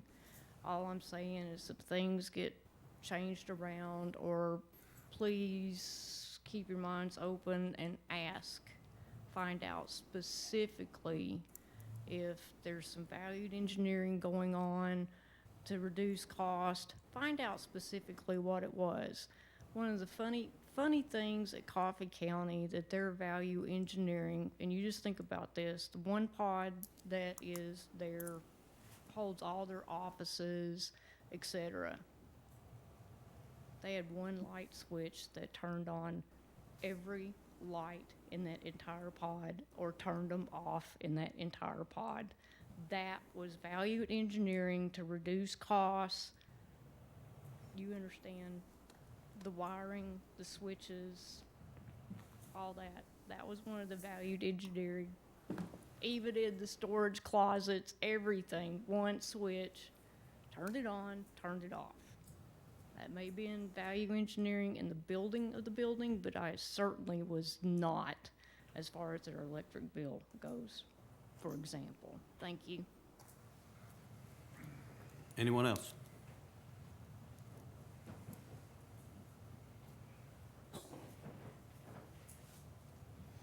Building, 8150 West Point Drive. I'd like to have just a one-level jail. As a matter of fact, when we first started, I didn't want a jail at all. I think our criminals get pretty good benefits, but that's my opinion, and I'm entitled to it.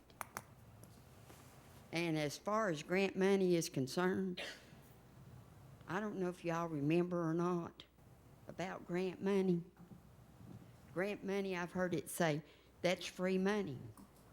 Well, it's not. You pay for it, you pay for it, you pay for it, you pay for it, you pay for it, I pay for it. We all pay for it. There's no free money. Because if there was, I'd like to have some. Anyone else?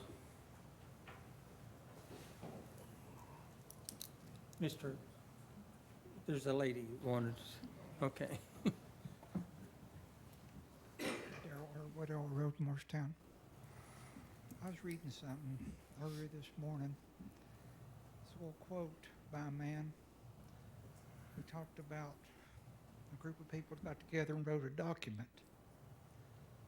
He said that one of the greatest things in this document was to make sure that the government stayed under control of the people. And the greatest danger to the people was debt. He said that going forward, that they should always be as stingy and as tight as they could with money to make sure that the people were never put in debt, because that would ruin everything they had worked to create. That man was the first Democrat president, and probably the last Democrat that ever wanted to get rid of excessive spending. It was Thomas Jefferson. People who had lived through the Revolution and had seen the opposite side of what can happen. We've never seen that. We've always lived in a constitutional republic, and most of us don't understand what can happen on the other side. I've been in those third world countries. I've lived in them. I've lived in the Philippines for 5 years, and I've seen what all this corruption and spending can bring about. And if we don't put a stop to it here, it's going to keep going on at the state levels, federal levels. It's got to stop somewhere. Y'all got the opportunity here to say, we're going to be the one that's going to do it different. We're not going to put you in no more debt. We're going to go the opposite. If we could even say $5 million, that's still $5 million. That's a lot of the people's money. Sit back and take a minute and see if you could anyway reduce the cost of this thing. It don't make it a matter of ego. If the mayor's come here saying, look, this is $95 million, and it's possible to come along and do something that you might get for 40 or 50 million, look at the millions of dollars that is that's coming out of these people's pocket. And you are the ones that can put a stop to that. Do it. Honor those people. Save them. Anyone else?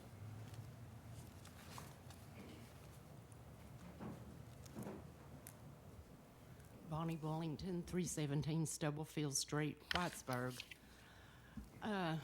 In close to a year and a half now that I've been attending these meetings and seeing what's going on with this new jail, it just astounds me that I don't see anybody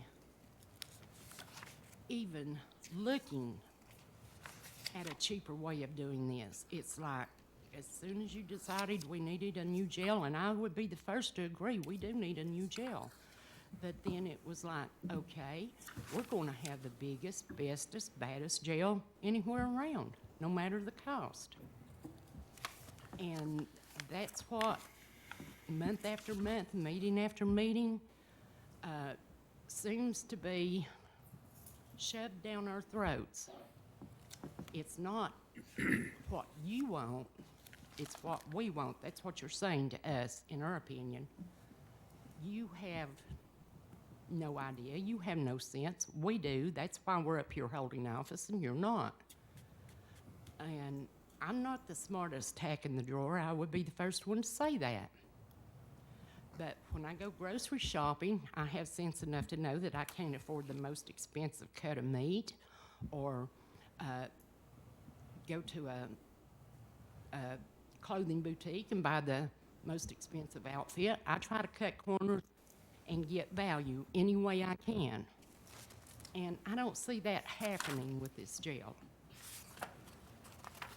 I don't see but 3 or 4 of the commissioners that are actually even taking the time to contemplate something besides this Taj Mahal that you insist on having.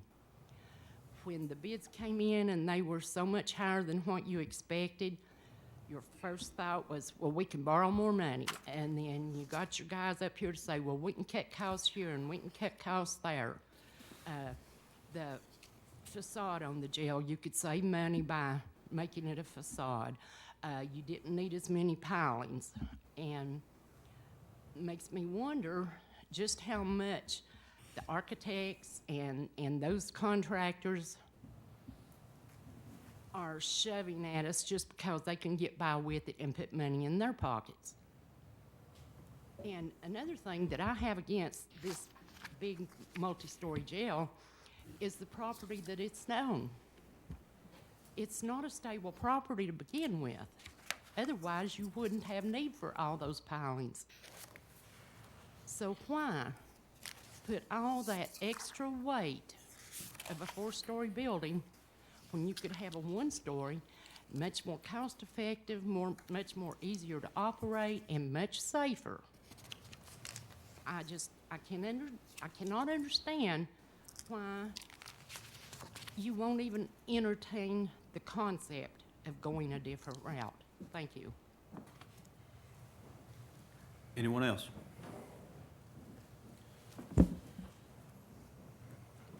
Elizabeth Brotherton, 339 Macedonia Road. Addressing the jail project update, I want to point out an observation from an earlier committee. Several of you, when it brought up the vests that the sheriff's office needed, the cars and the computers, you were wanting more information, and that's good.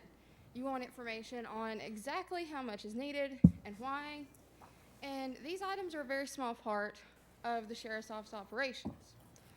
So what I would like to see from all of you is to ask those questions about the jail project, each part, just like you did with those laptops, just like you did with those vests and that vehicle. Ask questions. Figure out why it's needed, figure out what you can present to the people, and I would like to see all of you ask at least one question about different parts of the project to see where we can save money. And if you're believing that this multi-story jail is the answer to the question, bring us answers why. Why is this concept going to save the county taxpayers more money than the other concepts that we have available to us? I'm not saying you have to vote one way or another. I'm just telling you that what you need to do for us as taxpayers, ask questions. Show us that you're doing your research. And do just like what you did at an earlier committee meeting and ask a bunch of questions, figure out why things are needed specifically, the amount of why they're needed, and go into all the details, just like you've already done, but with the jail project. And that's what I would like you to do tonight. Thank you. Anyone else? If not, we have old business. Item 3A, project update. Tony Pettit from Burwell.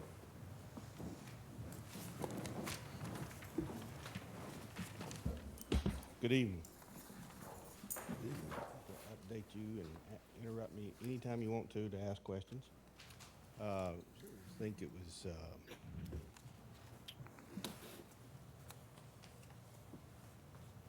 April 8th is when the project bid, and we all got disappointed about the results of the project. So what have we been doing since then? We want to run through those things. We did take proposals for the special inspections. They have been graded. A contract has been sent to us, but no action has been taken on that yet. It hadn't been reviewed yet. So we will, Mosley and Burwell will take a look at that and make a recommendation to you guys and the mayor and go from there and let you take action on that once. Tony, can you talk more into the mic, please? Sorry, It's all right. I can hear a lot of feedback. I'm thinking I'm Oh. real loud. That's okay. I'll do better. As we left the bid results, I immediately started to work. One of the things that we don't like, but we have to do very often, is value engineering.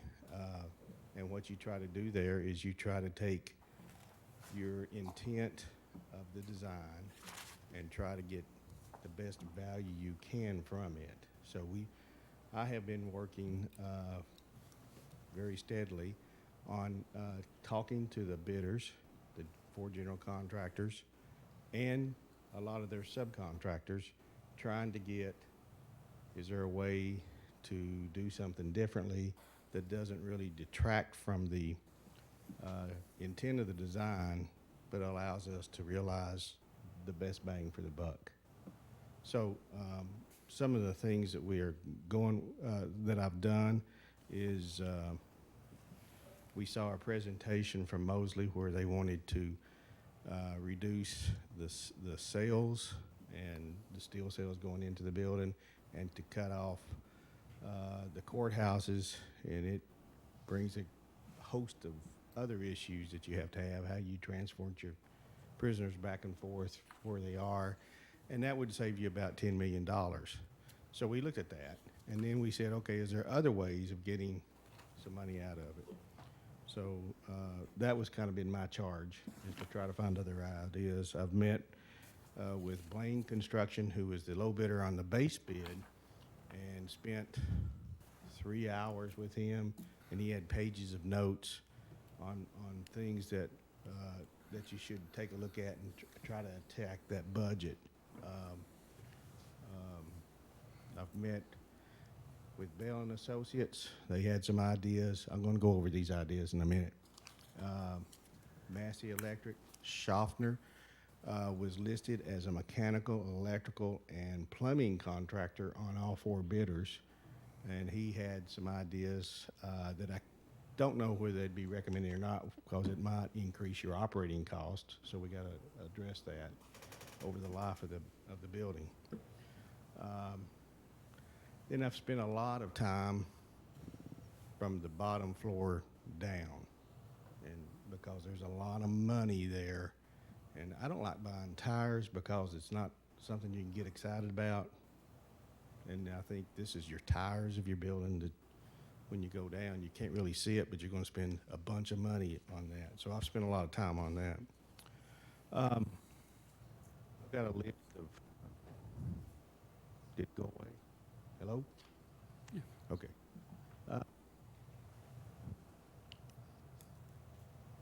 We looked at changing the precast. I heard that it was very expensive precast. I have not yet talked to that guy yet. I've talked to him in a brief message, but he's supposed to get back this week with some ideas about some cost savings there. Your structure is clad with a precast, which is a panel. It's very efficient, goes up very quickly, has a thin set brick on it. So we're looking at ideas to do that. Not only do you have the precast, you have precast steps. With the current market of steel, I've talked to the steel fabricators on the job, the low steel fabricator on job, to see we've got some steel shapes that's more expensive, and we've got to talk to the designer about, can we change some of those? Those are little chinks in the wall that we can get.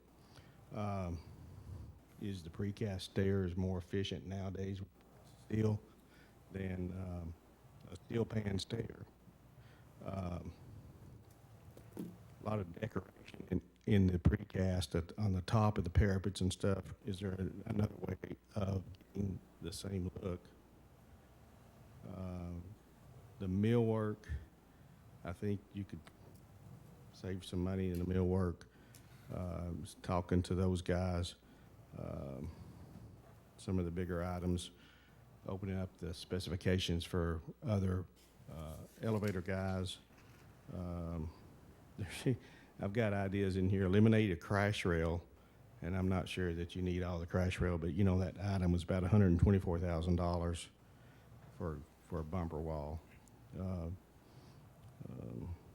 Do we look at building the whole courtroom, can we get this thing managed down, and then build 2 courtrooms and then shell the other one, or build 1 courtroom and shell 2, and what would that cost us?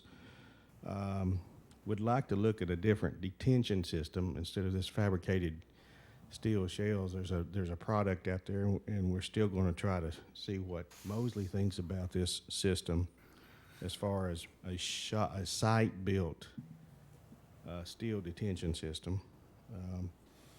I think we need to, now let's get back to the foundations, we need to bid a closer length on our micropiles. Their engineer told us that we needed to bid 65 feet deep, and most of that's 9-inch diameter piles.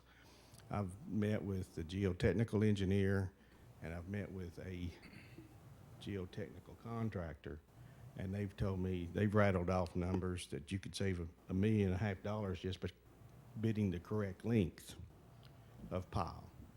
And then that reflects in your bid. You would eventually realize that in the end, just because you wouldn't have to pay for it. But that means if you had the correct length, they don't have to buy all this steel casing for the 65 feet deep when it's really going to be 50 feet deep. So that helps them. Change type 1 micropiles, save $140,000. Change type 2 micropiles, and add a permanent soil wall in that big retaining wall. It saves, you know, an estimated amount of $388,000. There's an idea out there that we're still exploring about getting rid of this, all these pile caps, and go to a mat slab, and maybe save as much as $2.5 million. So we're still looking at that, and that's where we're continuing that effort. So I've got the precast guys, and some, then we're gonna get into the more minor things to save money on, but that's where we are right now. Well, I for one appreciate all your work in trying to save dollars here, dollars there. Appreciate that. So any questions? Tony, Yeah, are when do you, you, if you come up When with do you think ideas, you'll have this all together? About what- your savings and all that? I've got a meeting, we're setting up a meeting with the designers to go over the things that I found. I've got about 28 things here that's big money. And then we're going to have a meeting with him to, it's going to hurt his feelings because I think he's got to get his consultants to redesign it, but we've got to do that to realize that we still want the jail cells and we still want the courtrooms. It functions. We feel like it functions real well, and we just hate to start lopping things off if we can achieve our budgets by other methods. So I'll see what he says when we have that meeting. That meeting is supposed to take place this week. Tony, I was just thinking, if you did that, and you put it all together like that, will the low bidder like that and do that, will they go along with you on that and then reduce their All four bid? bidders have said they will go ahead and Rebid? rebid it. And then we've also got to talk about, do we want to open it up to any other qualified bidders that maybe we had a conflict in the bid dates when it was originally supposed to be? That's true too, yeah. So we may get another bidder or two. Tony, Are we in any kind of time frame, schedules with anything? One of these days I'm gonna quit and go fishing, but not right now, so. I mean, the TCIs are kind of after us, you know, and trying to get us to straighten this up, but, you know, I would like to see the thing ready to rebid by the end of summer. By the end of summer, 2 or 3 months? Yeah, it's going to take a while for the designers to redesign the thing, and some of the things I'm talking about has got to be analyzed all the way through the the structure back down to what the loads are on. I the understand that, foundations. yes. Point brought up tonight from the audience tonight, when our first group went down to Coffee County, and I recall the sheriff telling us how handy value engineering can be. However, just as you said, below grade level, you know, maybe there's some, just like the casings. I don't want to see that we use value engineering to a point that it hurts us. Exactly. It's full of trepidations, because if you said, okay, we're gonna do this, then we end up with, like the lady said, one light switch operates, which, there's $1.5 million issue out there that the Schaffner Mechanical said we could change from a boiler down to what they call a DX system, which is air conditioners, air changers, and stuff. It'd save $1.5 million plus the electrical side of it, but long term, how long does it take it to pay that back? And it's one of the things you have to analyze is, if you do it now, you save on the front end, but in 10 years, it was the wrong decision. Same thing with, and I feel like that the jail cells that we're going to take a look at need to have the same assessment. Is it long-term good for the end users and the owner? Right. That's the whole point, I think, of moving forward at this point is today. What, in long-term terms, like you said, if we have to build something today, will it not cost more 10 years from now? Yeah, you have to be very careful about your value engineering. But you take a look at, for the elevator example, there's 3 good, reputable elevator companies. There's 4 or 5, more, but 3 good ones. Only one was allowed to bid this project, and we felt like it was inflated by 50% because of some written spec that only allowed that one to bid. And he knew he could bid, so he bid $900,000 when a $600,000 elevator is what you got. Actually, when I estimated, I had $380,000 in it. So. Well, you're the professional, and we're listening to you, and we trust that you're going to do the best on that. Well, we want to work. We could go value engineering, but we got to have a designer and their consultants to go with us. I mean, we've got to look at all sides of it. What it cost us in the long term. If you change a species from walnut to a plastic laminate, we got to make sure the end users use that. If we take the terrazzo out of the entrance and use a hard tile, longevity, the hard tile is not going to last as long as the terrazzo. The terrazzo will be there forever. But there's some trade-offs eventually that you got to take. So things like that. Thank you. Anyone else, any questions? When you get some new ideas, you coming back to us? Yeah. Okay, do you know? I'll be here as often as Like you in a need me. month? Yeah, if not before. Yeah. Okay. Whenever you summons, I'll try my best to be here. But I will have this a meeting with the designers, the principal, and Brian Payne. You remember him, and that's happening this week. And we'll start working further. I want to explore this detention system to see if it's viable. General contractor, Bale and Associates, suggested that. I'm getting those ideas from the general contractors, and then you take them and try to analyze them and see if they make sense for us for this project. Any other questions? Thank you, Tony. Okay.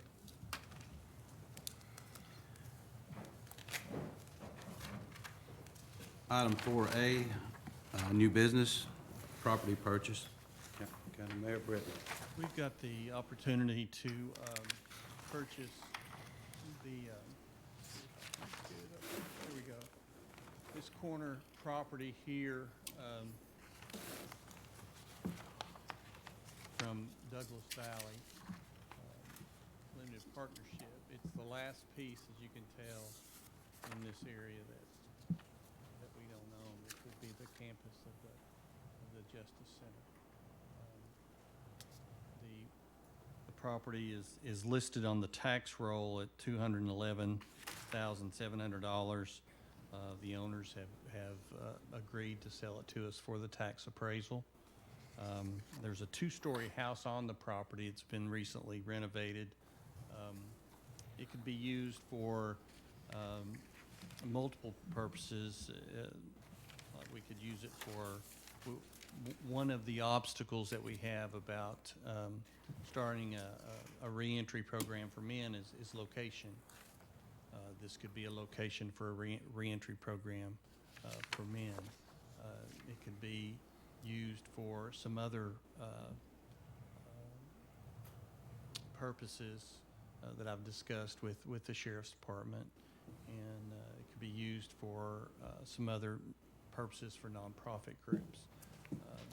But I think that it's important that we take a look at the property because of the location and because of the land involved.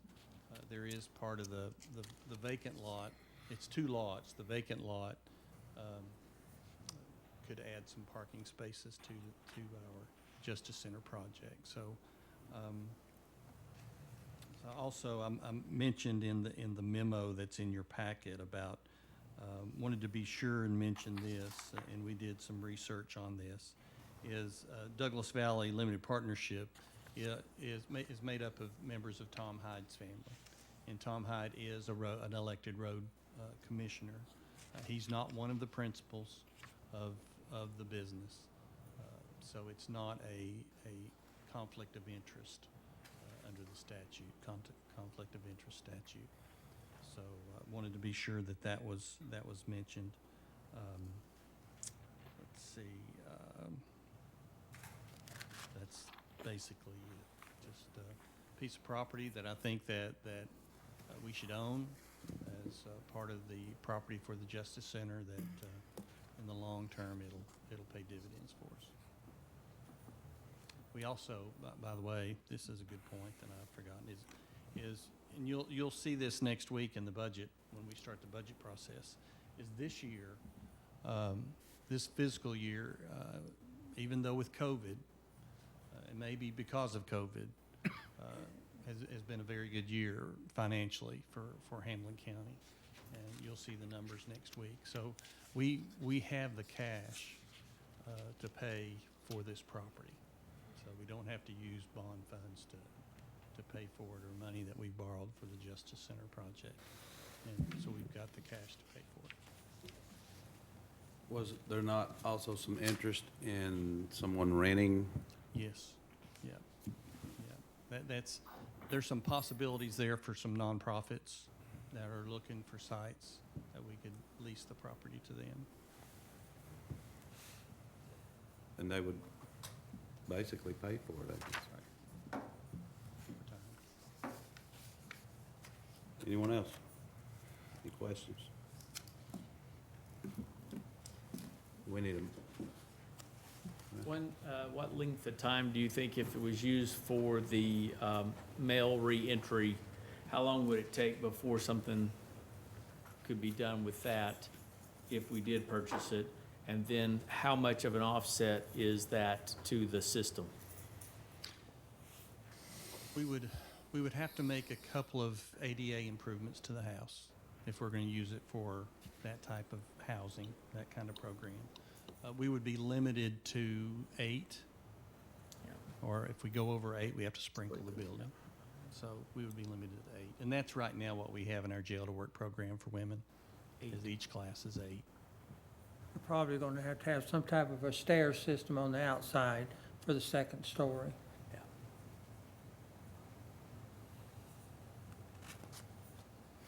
Do we need a motion on this? Do I hear a motion to approve? So moved. I'll make that motion.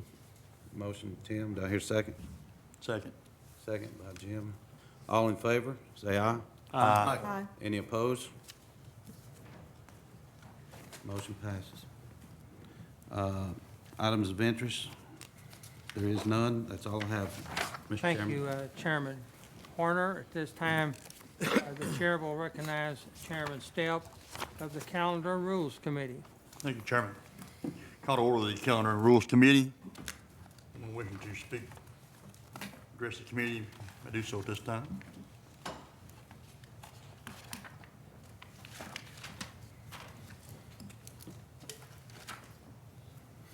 Noe 2343 Joe Stevens Road. I appreciate your dedication and we're going to do it this way. We're going to spend every penny we can and more, because we decided, as Mr. Shipley said in May of 2020, we've made our decision. Comes in 100 million, comes in more than that, it doesn't matter. It's just taxpayer money. I have never in my life seen a group of people, and a lot of businessmen here, roll over and say, I don't care. Just tell me, oh, can we purchase this and maybe it'll pay for itself. That's good. I have no problem purchasing that property. Because you know what? That would make it much easier for a one-level jail. But I did not hear one word tonight of, could we consider a different design, as opposed to, can we cut out a crash wall and save $124,000 out of $100 million? Folks, value engineering is not what's going on now. Value engineering in contracting is when you hire somebody to work with your designer at the beginning of the project, and you design it to save money. Value engineering is not throwing it out there and then start hacking. If that crash wall wasn't needed, if those pilings were not needed to the depth they are, they never should have been bid that way to start out with. Now, I am telling you that's the truth. The problem was, again, you had this whole thing backwards, cart before the horse. You did not hire a project manager at the outset, or at least when you had decided in general how you were going to design this. Then he could have worked, he wouldn't be saying, oh, I'm gonna talk to Mosley sometime this week, and I've got a list of things. That list should have been given to Mosley at the start.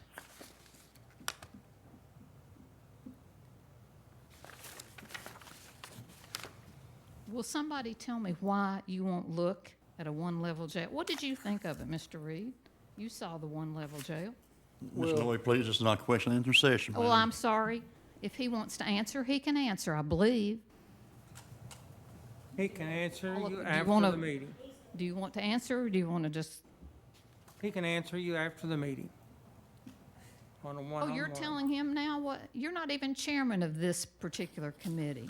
Well, I'm the chairman of the body, and I'm trying to enforce the rules of the body. Commissioners are not to engage in conversation with those who are making comments. You know those rules better than I do. Let me ask you then, why, when Mr. Corlew got up here last time, did you all just go back and forth with him? Yeah. So there are rules for some people, and then there are no rules for others. I appreciate the fact that you wanted to answer. I wish you would go ahead, but I realized you got people saying, don't say anything. When are you going to look or explain why this is better, this Taj Mahal over there is better than a one-level jail? Mr. Reed has seen it. He knows. Most of you have seen it. Why won't you look? Why won't you tell me? Tell the people that you're going to tax, that you've already taxed, why yours is cost-effective, more cost-effective than a one-level jail, why your plan is safer than a one-level jail, and why your plan will take less staff or equal staffing than a one-level jail. You can't say that because it's not true. And that's why you don't come up with any facts. And again, I appreciate more than I can say that Mr. Reed got up, drove down 3 hours or so, spent a lot of time with the sheriff in Coffee County. Thank you, Mr. Noe. Appreciate your and time, drove ma'am. back. And thank you, Anyone else? Mr. Step. Anybody else want to approach committee?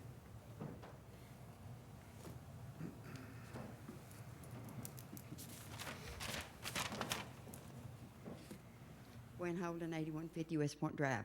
I love the way you spend our money. Keep it up. You're doing a good job. You know what? You're going to answer for it. Believe me, you are, one way or the other.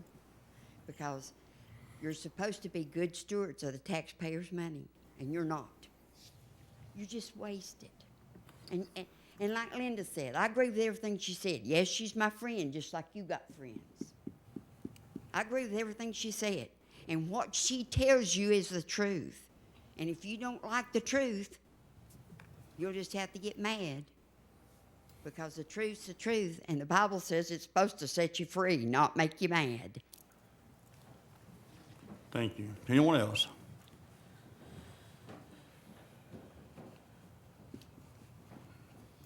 Chris Black again, 7335 Evelyn Circle in Talbot, 13th District. Just as a matter of review, I would ask this commission to tour the Washington County Jail in Jonesboro. It was built in 1997, opened in 98. Very similar square footage to what we have on the Howland County proposal. It was also built by Burwell. Did some research in the Johnson City Press. Are you guys familiar with the cost overruns on that facility? They were egregious. Now, you guys know we got to have this jail. Everybody out here knows we've got to have a jail. That's not the argument. Never has been the argument. Or at least I don't think it has. If it has been, the person making the argument was an idiot. Our jail's fallen to the ground. We all know that. But at the end of the day, I went down to Coffee County last week with Linda. I looked at that facility with a very open mind. It's a nice facility, but they admit they have problems too, just as any facility will. I've talked to folks in Hamilton County who have the for-profit proposal at Silverdale that's ran by CoreCivic. They have problems. However, due to CoreCivic running it, they can pretty much push off the liability to a for-profit corporation. Something you guys may want to look at given the number of lawsuits we get into each and every year. Something else that you guys need to know about, since this is your Rules and Calendar Review Committee, the sheriffs across this state are preparing for salary suits again next year. I don't know if y'all know that, but they are. They've got a coalition. You're about to have to face that again, and Bill Britton can sit here and tell you that's not fun. You guys know that's not fun. All that we're asking for, all that I'm asking for at least, and I guess it doesn't really matter. Well, it will in a year and a half, but that's neither here nor there. You'll find out why this week in the Tribune. But nonetheless, please look at Washington County. That's a mess, very similar to what we've got. Burwell built it. Burwell's going to handle this for you. Look at Hamilton County. Look at the Silverdale facility. If you haven't been to Coffee County, I'll go and rent you a van at Enterprise and I'll put you in it. Give you the keys, pay for the insurance. Go and look at that facility if you haven't been. Go to Monroe County. They've got a newer facility, very similar to what you're looking at here. I know that Mayor Britton's planning on going later this month. There are other options. Don't proceed with this one knowing that cost overruns are going to be a reality. Hamlin County, simply put, cannot afford a $100 million jail, and that's the route you're on. So, again, don't be foolish. Y'all aren't fools. I know most of you personally. You're very smart guys. Just be careful with this. That's all I'm asking. I think that's all anybody's asking. Thank you. Thank you. Anyone else? Brotherton, 339 Macedonia Road. I just have a question. When I was up here previously, Miss Noe was told that a commissioner can't talk to her when she's making comment. but Mr. Goins interrupted me when I was making comment. Could we have a clarification of the rules, please, Mr. Chairman? I'm not going to respond to your comments. You can read the rules yourself. Okay, thank you. Thank you. Anyone else? If not, any old business, we have none. Under new business, item 4A, review the regular calendar items. Do I have a motion? I think, Mr. Chairman, that we need to add in the Public Service Committee, the issue that we dealt with that our county clerk had asked for. For Put the it for a commission. motion. It's already been a motion that it was on there. I think it needs to be It added does need to to, be added. needs to be added to the public service area. It was, Ms. Petty's. Penny Petty had asked for the clarification, and Yeah, maybe entitle it beer permit application process. That would be added to. So item 4A, review the regular calendar items with the addition of to the beer permit procedural actions. Under B, yeah, under Public Service Committee B. And I'll bring that as a motion. I'll second. Well, first and a second, okay. Any other discussion on that? All approved, say aye. Aye. Any opposed? Motion passes. Hold on just a sec.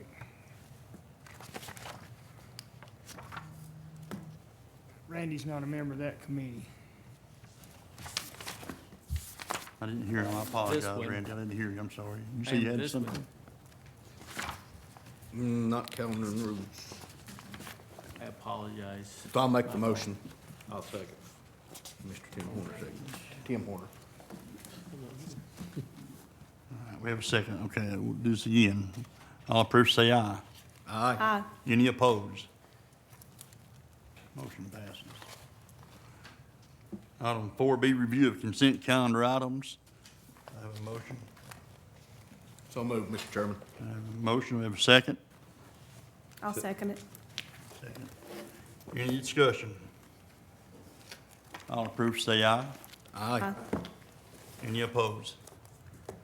Motion passes. That's all I have, Chairman. Thank you, Chairman Stepp. The chair would entertain a motion to adjourn. So moved, Mr. Chairman. We have a motion, is there a second? Second. All those in favor, let it be known by saying aye. Aye. We stand adjourned.